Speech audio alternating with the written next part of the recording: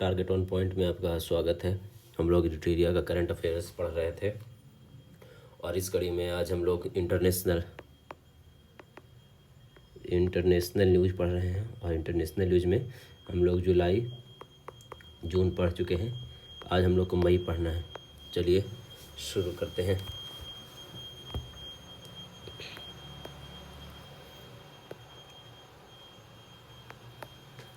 America के राष्ट्रपति द्वारा अमेरिका से बाहर निर्मित सभी फिल्मों पर 100% टैरिफ लगाने की घोषणा की गई है। तो जो फिल्म अमेरिका से बाहर बनेगा उस पर टैरिफ कितना लगेगा? 100% टैरिफ लगा दिया है। और ये अमेरिका तो एक अलग ड्रामा खेल रहा है कि डेली टैरिफ बढ़ा रहा है और घटा रहा है। चलिए ठीक है।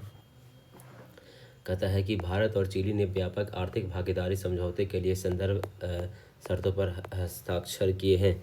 तो कहता है कि व्यापक आर्थिक भागीदारी समझौता पे भारत और चिली ने कहता व्यापार आर्थिक भागीदारी समझौते पर हस्ताक्षर किया है।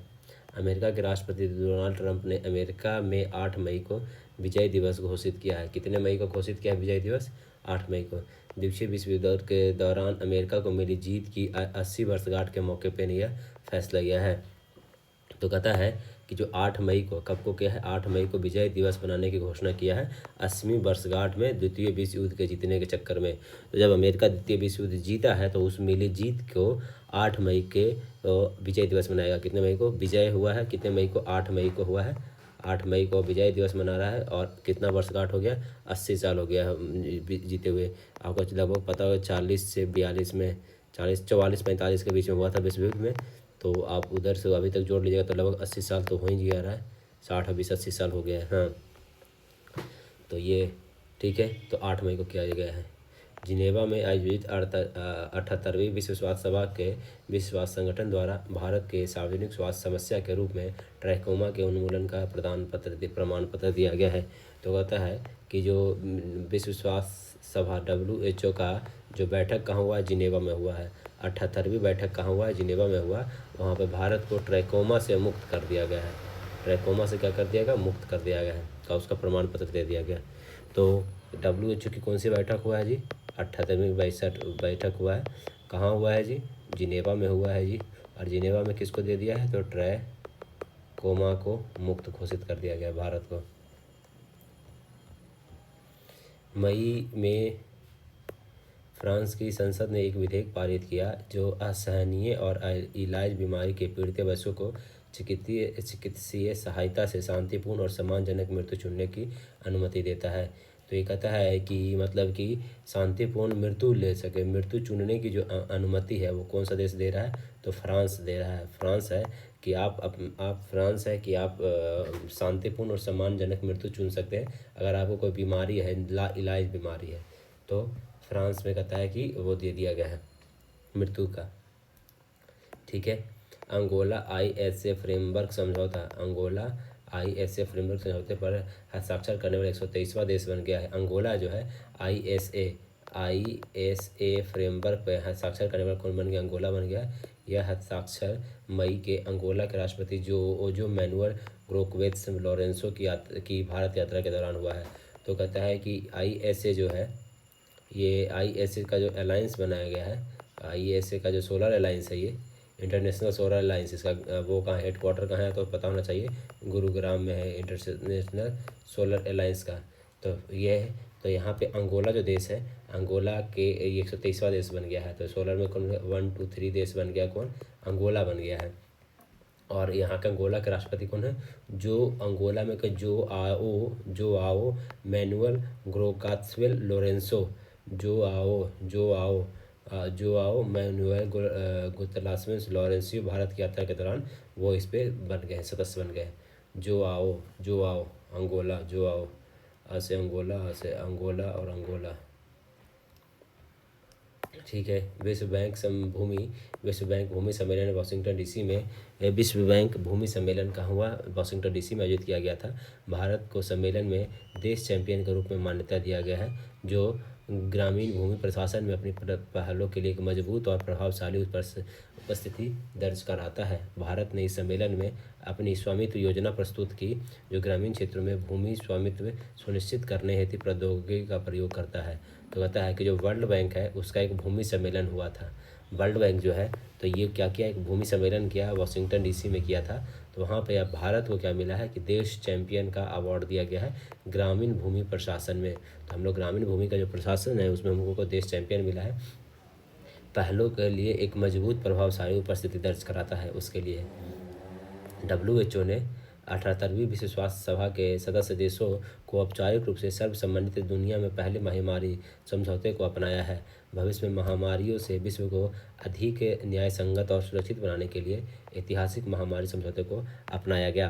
तो बोल रहा है कि जब ये WHO की 78वीं बैठक कहाँ हुआ है, जिनेवा में हुआ। अभी पीछे पढ़े थे ना, जिनेवा में बैठक हुआ, तो उसमें बोला गया है कि सब मिलकर एक समझौता किया है, दुनिया के पहले महामारी समझौता के हुआ है। क्या कि अगर कोई दिक्कत होता है, कोई बीमारी वैसा अगर आ जाता है, अगर कोई बीमारी आ जाता है तो हम लोग मिलजुल कर काम कर लेंगे। जकार्ता में आयोजित एशियाई उत्पादकता संगठन APO Asian production organization Asian production organization की शाखी की शासी निकाय 67वें सत्र के दौरान भारत ने 25-26 के लिए औपचारिक रूप से इसकी अध्यक्षता ग्रहण की है। तो कहता है कि अब एशियाई प्रोडक्शन, ये प्रोडक्शन कहता है एशियाई प्रोडक्शन ऑर्गेनाइजेशन जो है, एशियाई उत्पादकता उत्पादकता तो प्रोडक्टिविटी कहता है, एशियाई प्रोडक्टिविटी ऑर्गेनाइजेशन जो है, तो उसका अध्यक्षता कौन किया, प्रोडक्टिविटी के अध्यक्षता कौन किया, तो भारत करेगा 25-26 के लिए इसकी अध्यक्षता ग्रहण किया है। तो 25-26 के 27वें सत्र के जकार्ता में हुआ है। तो प्रोडक्शन का जो बैठक कहाँ हुआ, जकार्ता में हुआ, और भारत 26-27 के लिए अध्यक्षता ग्रहण किया है। मिलान में 58वीं ABD बैठक में भारत और इटली के वित्त मंत्रियों ने 25 से 29 तक संयुक्त कार्य योजना के तहत अक्षय ऊर्जा, फिनटेक और डिजिटल बुनियादी ढांचे के सहयोग को बढ़ाने पर सहमति व्यक्त की है। बहुपक्षीय विकास बैंक को MBD में सुधार और भारत की आधार UPI की सफलताओं का समर्थन भी किया है। तो बात यहाँ पे ये हो रहा है कि ADB जो है, एशियन डेवलपमेंट बैंक है, ADB एशियन डेवलपमेंट बैंक है, उसका जब 58वीं बैठक कहाँ हुआ है, मिलान में हुआ है। 58वीं बैठक मिलान में हुआ है, जिसमें भारत और इटली के वित्त मंत्रियों ने 25 से 29 तक संयुक्त कार्य योजना के तहत अक्षय ऊर्जा, फिनटेक और डिजिटल बुनियादी ढांचे के सहयोग बढ़ाने पे सहमति दिखाई है। समझ गए। तो कहता है कि मिलान की 58वीं बैठक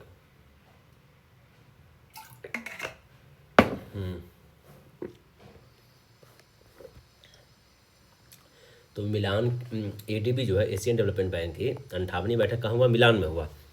जब मिलान में बैठक हुआ तो भारत और इटली के वित्त मंत्रियों ने 25 से 29 तक में, किससे 25 से 29 तक में संयुक्त कार्य योजना के तहत ये बुनियादी ढांचे को सहयोग बढ़ाने पर सहमति व्यक्त की है। तो किसने किया है, तो भारत और इटली जो है, किसने किया, इटली संयुक्त कार्य योजना के लिए 25 से 29 तक में वह सहमति दिया। इतना याद रखें।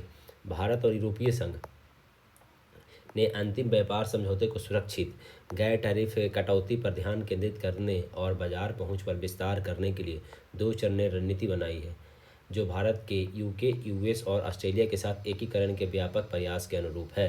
तो कहता है कि भारत हो गया और यूरोपीय संघ हो गया, वो एक समझौता को सुरक्षित किया है जिसमें गैर टैरिफ कटौती पर ध्यान केंद्रित किया है, गैर टैरिफ कटौती पर ध्यान केंद्रित करने और बाजार पहुंच का विस्तार करने के लिए 2 चरणीय रणनीति बनाई है, जिसमें भारत के UK, US और ऑस्ट्रेलिया के साथ एकीकरण के व्यापक प्रयास के अनुरूप है। ठीक है। भारत और यूरोपीय संघ ने अंतिम व्यापार समझौता किया। वो अमेरिका ने मई 2025 में सीरिया पर लगे प्रतिबंधों को हटा दिया। ठीक है, सीरिया पर जो प्रतिबंध लगा था उसको हटा दिया, जिसका उद्देश्य है, चुप रहा था बेटा, जिसका उद्देश्य बरसों से अलगाव को समाप्त करना, मानवीय सहायता को सुविधाजनक बनाना, आर्थिक सुधार को बढ़ावा देना, जिससे मध्य पूर्वी भू राजनीति को नया आकार मिलेगा। तो जो अमेरिका जो देश था वो सीरिया पे प्रतिबंध हटा दिया है। सीरिया पे क्या था, प्रतिबंध लगा हुआ था, तो अमेरिका हटा दिया। अब बोला सब लोग मिलजुल कर रहेंगे, मानव एक दूसरे के लिए काम करेंगे। होंडुरास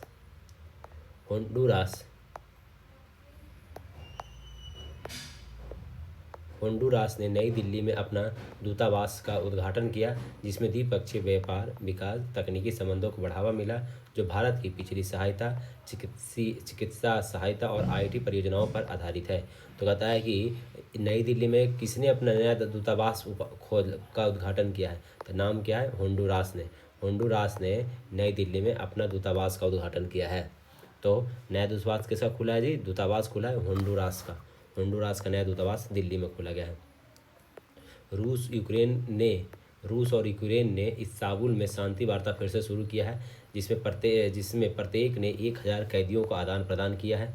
अनसुलझे क्षेत्रीय विवादों के बावजूद दोनों ने राजनयिक जुड़ाव रखने की सहमति व्यक्त की है। तो कहता है कि रूस और यूक्रेन ने कहाँ जाके इस्तांबुल में, कहाँ पे, रूस और यूक्रेन ने इस्तांबुल में शांति वार्ता शुरू किया है। तो शांति वार्ता जो रूस और यूक्रेन कहाँ शुरू किया है, इस्तांबुल में किया है। इस जगह का नाम याद रखिएगा, इस्तांबुल में। कहाँ पे क्या है, इस्तांबुल क्या है, जिसमें 1000 कैदियों का आदान प्रदान किया गया। 1000 इधर से छोड़ा गया, 1000 उधर से छोड़ा गया। कहाँ हुआ, इस्तांबुल में। नेपाल के याला ग्लेशियर को तेजी से पिघलने के कारण मृत घोषित कर दिया गया है। यह नेपाल का पहला ग्लेशियर है जिसे मृत घोषित किया गया है, क्योंकि 1990 के दशक से अब तक इसका 66% भाग कम हो चुका है। तो कहता है कि जो पहले याद रखें कि याला ग्लेशियर कहाँ है, तो याला ग्लेशियर है नेपाल में, और इसको मृत घोषित कर दिया है। तो मृत किसको घोषित किया गया है, याला का, याला को मृत घोषित कर दिया गया है। और याला कहाँ है जी, आपके नेपाल में है। तो नेपाल में ये है, इसको मृत घोषित कर दिया है। ये कितना, 66% भाग इसका कम हो चुका है। अमेरिका ने गैर नागरिकों के लिए, नागरिकों जैसे H-1B, F-1 धारा, वीजा धारक, ग्रीन कार्ड धारक आदि पर 5% प्रेषण कर का प्रस्ताव रखा है। तो कहता है कि अमेरिका ने गैर नागरिकों पर कितना परसेंट टैक्स लगाया, तो 5% प्रेषण कर का प्रस्ताव। आलोचकों ने कम औपचारिक प्रवाह, उच्च अनौपचारिक हस्तांतरण और कर संधियों के संभावित उल्लंघन की चेतावनी दी। तो कहता है कि आलोचकों ने कम औपचारिक प्रवाह, उच्च अनौपचारिक हस्तांतरण कर सकते हैं। तो कहता है कितना याद रखिए कि जो गैर नागरिक है उस पर कितना परसेंट लगाएगा प्रेषण, तो 5% प्रेषण कर लगाने के लिए बोला है अमेरिका। इंडोनेशिया के माउंट लेवोटोली लाकी लाकी में 2 बार फटा है मई में। यह 101.1 किलोमीटर ऊंची राख निकली है। अधिकारियों ने उच्चतम अलर्ट जारी किया, और डार्विन बैक वोल्केनिक एस एडविशन सेंटर ने रिंग ऑफ फायर के खतरों को उजागर करते हुए एक रेड एविएशन नोटिस जारी किया है। तो सवाल पूछेगा आपको कि जो हाल ही में जो ये माउंट लेवोटोली लाकी लाकी है, इसमें विस्फोट हुआ, वो कहाँ का है, तो इंडोनेशिया में। अगर कोई भी विस्फोट होता है तो 90% जो होगा वो इंडोनेशिया का होगा, क्योंकि सबसे ज़्यादा कहाँ है जो विस्फोटक वाला, वो कहाँ है, इंडोनेशिया में ही है। और नाम क्या, mount Lewotobi Laki Laki, Lewotobi Laki Laki है, जो 2 बार फट गया है। ठीक है। जनरल बुरहान के नेतृत्व में सूडान की सेना ने 2023 में गृह युद्ध के बाद कामिल अल तैयब इदरीस को अपना पहला प्रधानमंत्री नियुक्त किया है। उन्हें एक संक्रमणकालीन सरकार बनाने और एक गंभीर मानवीय संकट को संबोधित करने का काम सौंपा गया है। तो जो बुरहान जो है, जनरल बुरहान एक देश है, जनरल बुरहान के नेतृत्व में सूडान की सेना ने, तो जो सूडान में क्या हो रहा था, यहाँ पे अभी पूरा मारपीट चल रहा था, सूडान में मारपीट चल रहा था। यहाँ से याद होगा कि यहाँ सूडान से निकालने के लिए कावेरी, हम लोग ऑपरेशन कावेरी भी चलाए थे, आपको याद होना चाहिए, ऑपरेशन कावेरी भी चलाए थे। तो ऑपरेशन कावेरी, तो यहाँ पे बहुत वो हो रहा था, गृह युद्ध हो रहा था, आपस में गृह युद्ध हो रहा था, तो इसलिए अपने भारतीयों को निकाल दिया गया। अब कहता है कि किसके नेतृत्व, जनरल बुरहान के नेतृत्व में कामिल अल तैयब इदरीस कहता कामिल अल तैयब इदरीस को सूडान का प्रधानमंत्री नियुक्त किया गया है। तो सूडान का प्रधानमंत्री किसको नियुक्त किया गया, तो कामिल अल तैयब इदरीस। ठीक है, जनरल बुरहान के नेतृत्व में। राष्ट्रपति ट्रंप ने गोल्डन डोम अंतरिक्ष आधारित मिसाइल रक्षा परियोजना अवधारणा का अनावरण किया, जिसमें third patriotic Aegis plus orbiter interceptor और लेजर को एकीकृत किया गया है। तो कहता है कि ट्रंप ने क्या है, गोल्डन डोम को अनावरण किया। गोल्डन डोम मतलब क्या होता है, डोम मतलब अंतरिक्ष आधारित मिसाइल रक्षा परियोजना है। गोल्डन डोम क्या है, अंतरिक्ष आधारित मिसाइल रक्षा परियोजना है, अंतरिक्ष आधारित मिसाइल रक्षा परियोजना है।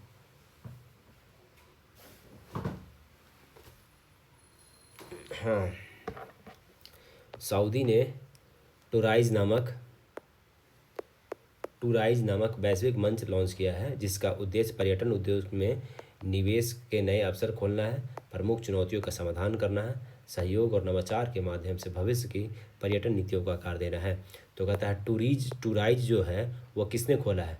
टूराइज खोला है सऊदी अरब ने। टूराइज किसने खोला है? तो टूराइज खोला है किसने? सऊदी अरब ने।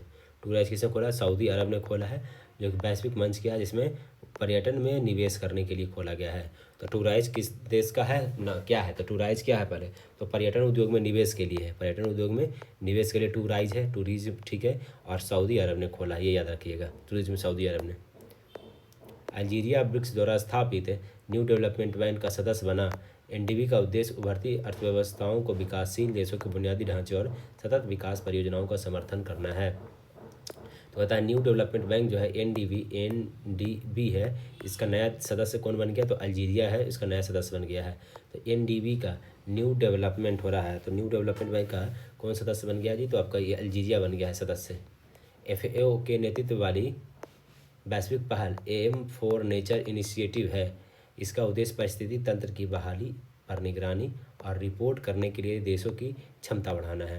तो एफएओ, तो कहता है कि एफएओ के नेतृत्व में एम फॉर नेचर इनिशिएटिव बनाया गया है, वैश्विक पहल है। तो कहता है कि एम फॉर नेचर इनिशिएटिव किसके द्वारा, किसके नेतृत्व में बनाया गया है? तो एफएओ के नेतृत्व में बनाया गया है। कैसे? इसका उद्देश्य क्या है? पारिस्थितिक तंत्र की बहाली पर निगरानी, रिपोर्ट एवं देशों की क्षमता बढ़ाना है। हाल में ही भारत ने अंगोला में सैन्य आधुनिकीकरण हेतु $200 मिलियन की लाइन ऑफ क्रेडिट की घोषणा किया है। तो अंगोला में सैन्य आधुनिकीकरण के लिए $200 मिलियन की लाइन ऑफ क्रेडिट घोषित किया है। तो अंगोला में अभी अंगोला के नए कौन प्रधानमंत्री बने थे ना जी? अंगोला के कहीं पे तो अंगोला के प्रधानमंत्री बने थे, कहाँ पे बने थे अंगोला के?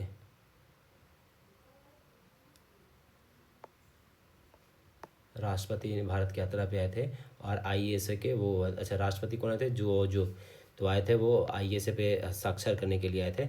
आप ही बोला जा रहा है कि अंगोला में सैन्य विद्युतीकरण के लिए, सैन्य आधुनिकीकरण के लिए $200 मिलियन की लाइन ऑफ क्रेडिट की घोषणा किया है।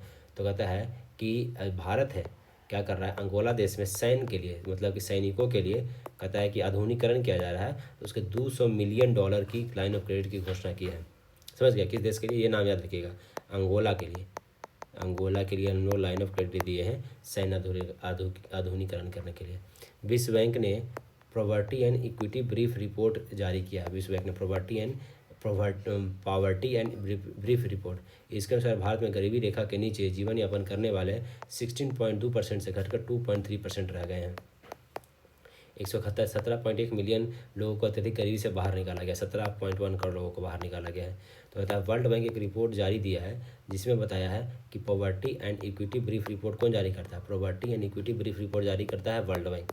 और उसमें बताया कि भारत में 16.2 से घटकर 2.3 हो गया है 22-23 में। कितना था? 16.2 से घटकर 2.3 हो गया है। और 17.1 करोड़ क्या गरीबी रेखा से बाहर आ गए हैं। सिप्री रिपोर्ट के अनुसार यूएसए सर्वाधिक सैन्य पर खर्च करता है, $997 बिलियन। दूसरा देश चीन है, तीसरा रूस है, चौथा जर्मनी है, भारत 5वें स्थान पे है $86 बिलियन के साथ। बताया है कि सिपरी पहले यूएसए आ गया, उसके बाद कौन हो जाएगा? चाइना हो जाएगा, तीसरा रूस हो जाएगा, रसिया हो जाएगा, और फिर जर्मनी हो जाएगा, फिर इंडिया होगा। समझ गए? तो ये हो गया। फिर कहता है हेनले एंड पार्टनर्स की न्यू वर्ल्ड वेल्थ रिपोर्ट के अनुसार दुनिया का सबसे महंगा शहर मोनाको है, दूसरा न्यूयॉर्क है। तो सबसे महंगा शहर क्या है? मोनाको है। महंगा शहर क्या है? मोनाको है। दूसरा यहाँ पे न्यूयॉर्क है। भारत द्वारा नेपाल को थैलेसीमिया एंड सिकल सेल रोग प्रबंधन हेतु $2 मिलियन की सहायता भेजा दिया गया है। तो कहता है कि थैलेसीमिया और सिकल सेल रोग के लिए, थैलेसीमिया और सिकल सेल रोग के लिए भारत है $2 मिलियन जो है नेपाल को भेजा है। और अंगोला को कितना भेजा जी? अंगोला को देख रहे हैं, अंगोला को भेजा है $200 मिलियन, ठीक है। और भारत नेपाल को कितना भेजा जी? वहाँ पे बीमारी थैलेसीमिया सिकल सेल के लिए भेजा है $2 मिलियन भेजा है, ठीक है। आगे देखिए, मई 2025 को उभरती हुई प्रौद्योगिकी शिखर सम्मेलन गेट्स 2025 का उद्घाटन आबू धाबी में हुआ। तो बढ़ती हुई उभरती हुई औद्योगिकी शिखर सम्मेलन, प्रौद्योगिकी शिखर सम्मेलन कहाँ हुआ? आबू धाबी में हुआ है। तेज़ी से बढ़ रहा है वो कहाँ? आबू धाबी में बढ़ रहा है, तो वहाँ पे उद्घाटन किया गया है। तो कहता है Roman Catholic church Vatican city का 2667वां पोप मिल गया। कहता है नए पोप अमेरिका के कार्डिनल रॉबर्ट फ्रांसिस प्रीवोस्ट को चुने गए। इन्होंने अपना नाम पोप लियो 14 चुना है, पोप लियो 14 चुना है। तो कहता है कि रोमन कैथोलिक चर्च जो वेटिकन सिटी का था उसका 267वां पोप मिला है, समझ रहे हो? 267वां पोप मिला। वो कौन है? अमेरिका के हैं कार्डिनल रॉबर्ट फ्रांसिस प्रीवोस्ट। क्या नाम है इसका? प्रीवोस्ट नाम है। ये अपने आप को क्या बोलते हैं? पोप लियो 14 नाम लिया अपने, पोप लियो 14, समझ गए? एक मिनट थोड़ा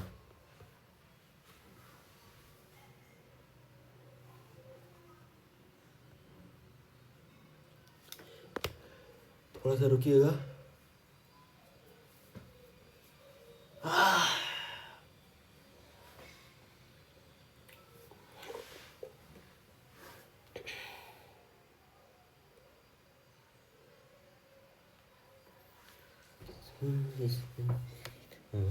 किसे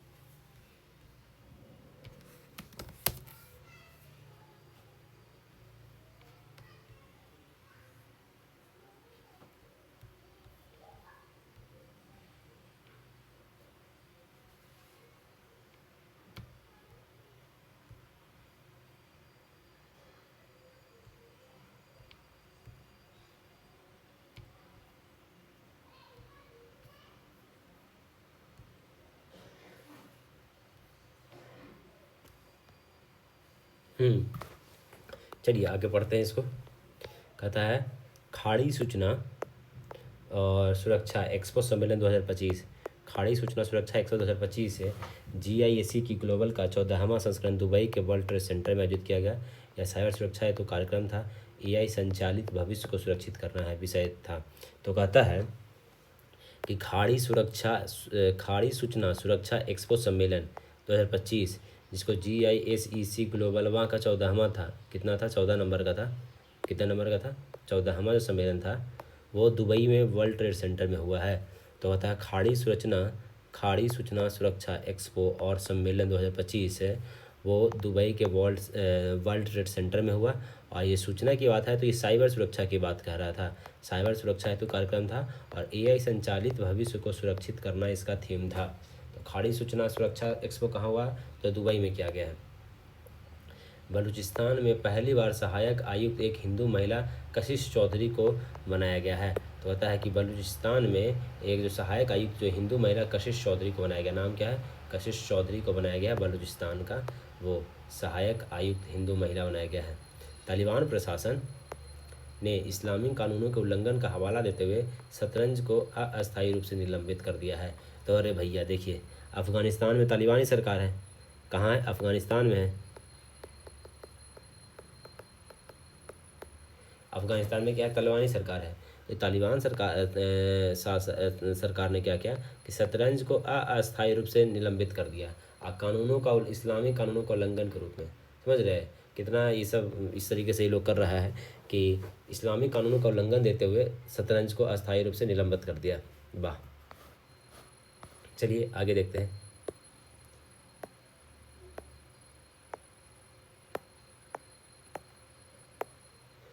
8वां संयुक्त राष्ट्र वैश्विक सड़क सुरक्षा सप्ताह 12 से 18 सप्ताह तक मनाया गया है।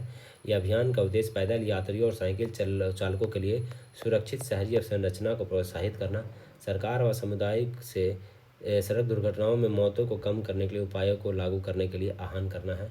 यह अभियान सड़क सुरक्षा के लिए 21 से 30 तक के दशक की वैश्विक कार्य योजनाओं का समर्थन करता है, जिसका उद्देश्य यातायात दुर्घटना से होने वाली मौतों को 50% तक कम करना है। ठीक है, कितने तक कम करना, 50% तक कम करना है। तो जो कहा जाता है कि 8वां संयुक्त राष्ट्र वैश्विक सड़क सुरक्षा सप्ताह 12 से 18 मई तक किया गया। कब से किया गया, 12 से 18 मई तक किया गया।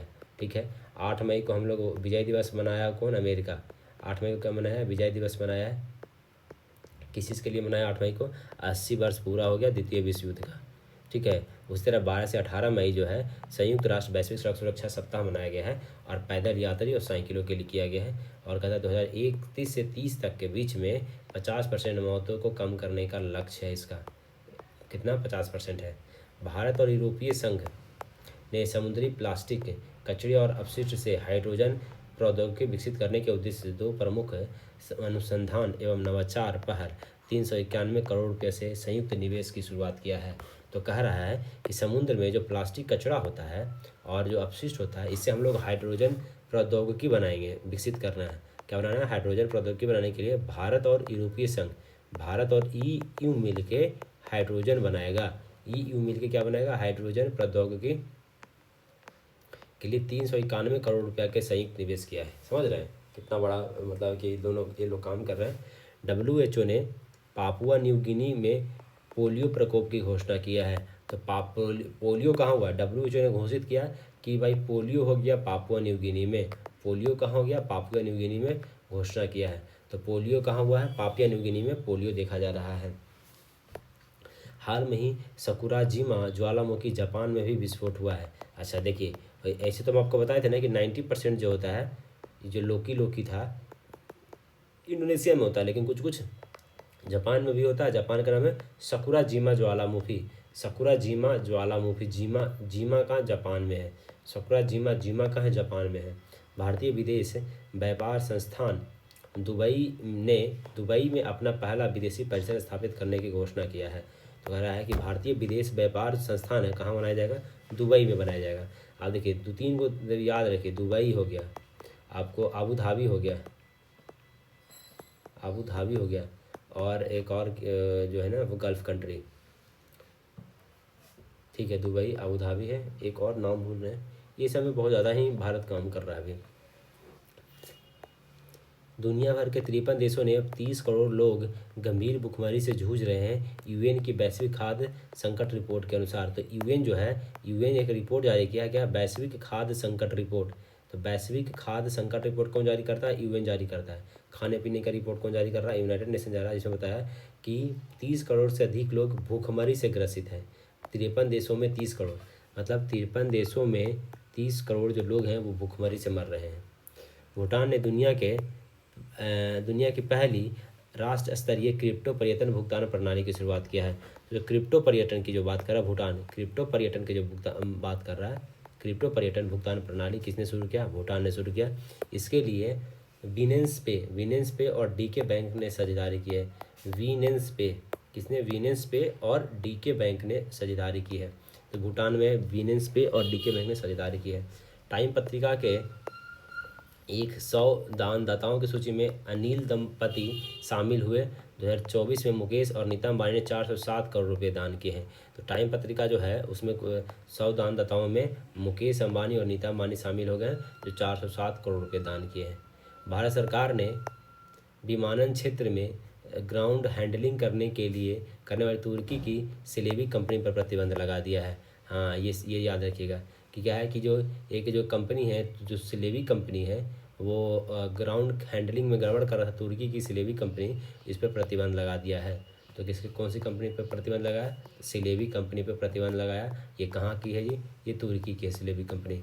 हाल में ही अमेरिका में बिना सहमति के अंतरंग चित्रों को जानबूझकर प्रकाशित करने, बिना सहमति के साझा करने पर अपराध घोषित कर टेक इट डाउन एक्ट पारित किया है। टेक इट डाउन, चाहे इसको डाउन किया है, पारित किया, टेक इट डाउन, ये एक्ट पारित किया है। हैदराबाद गालीबोबली इंडोर स्टेडियम में आयोजित मिस वर्ल्ड में स्पोर्ट्स चैलेंज में एस्टोनिया की एलिज रेडवा ने स्वर्ण पदक जीता है। तो कहता है कि तो मिस वर्ल्ड जो बना कहाँ हो रहा था, तो हैदराबाद में हो रहा था, गाचीबोबली इंडोर स्टेडियम में हो रहा था। उसमें स्पोर्ट्स चैलेंज में एस्टोनिया की एलिज स्टेवा ने स्वर्ण पदक जीता। कहता है कि एस्टोनिया की कौन एलिज रेडमा ने स्पोर्ट्स चैलेंज में एलिज रेडमा ने स्वर्ण पदक जीता है। दुनिया का पहला इलेक्ट्रिक वर्टिकल टेक ऑफ और लैंडिंग हेलीप्लेन कैवो राइड्स X7 कनाडा की निजी कंपनी ने बनाया है। तो क्या बनाया है कि एक इलेक्ट्रिक है वर्टिकल टेक ऑफ और लैंडिंग हेलीप्लेन कैवो राइड X7, क्या नाम है? कैवो राइड X7 कहाँ का है? कनाडा का है। तो पहला है, दुनिया का पहला इलेक्ट्रिकल वर्टिकल टेक ऑफ और लैंडिंग हेलीप्लेन का नाम क्या है?